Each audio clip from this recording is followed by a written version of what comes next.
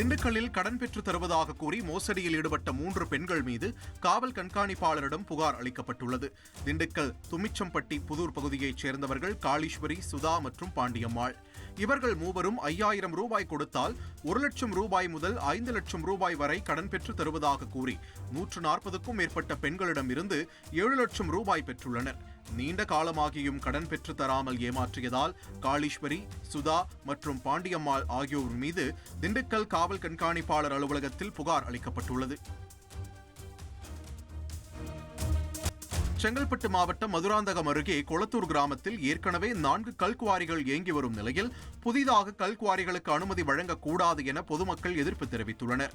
கனரக வாகனங்களால் சாலைகள் சேதமடைவதாகவும் வெடி சத்தத்தால் வீடுகளில் விரிசல் ஏற்படுவதாகவும் அவர்கள் குற்றம் சாட்டுகின்றனர். குவாரிகளை மூடக்கோரி மனு அளித்தும் நடவடிக்கை எடுக்கப்படவில்லை என புகார் தெரிவித்த அவர்கள் புதிய குவாரிகளை அமைத்தால் தங்களை அகதிகளாக மாற்றிவிடுங்கள் அல்லது காட்டில் குடியமர்த்தி விடுங்கள் என்றும் ஆதங்கம் தெரிவித்துள்ளனர்.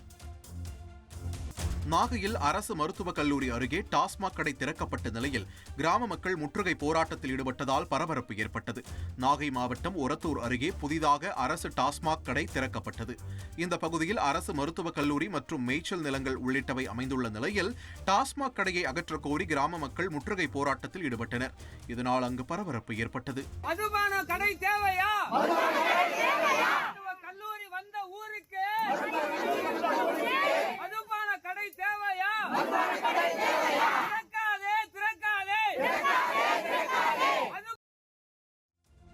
பொன்னமராவதி அருகே நெடுஞ்சாலைக்கு சொந்தமான ஆக்கிரமிப்பை அகற்றும் பணி நடைபெற்றது.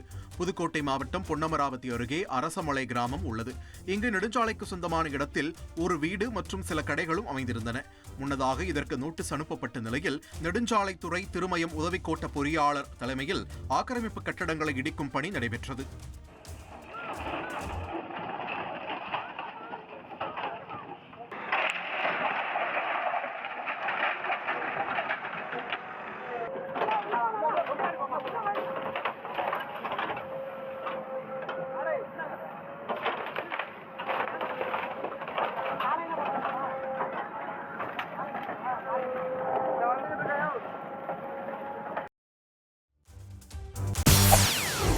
செய்திகளை உடனுக்குடன் தெரிந்து கொள்ள உடனே சப்ஸ்கிரைப் பண்ணுங்க.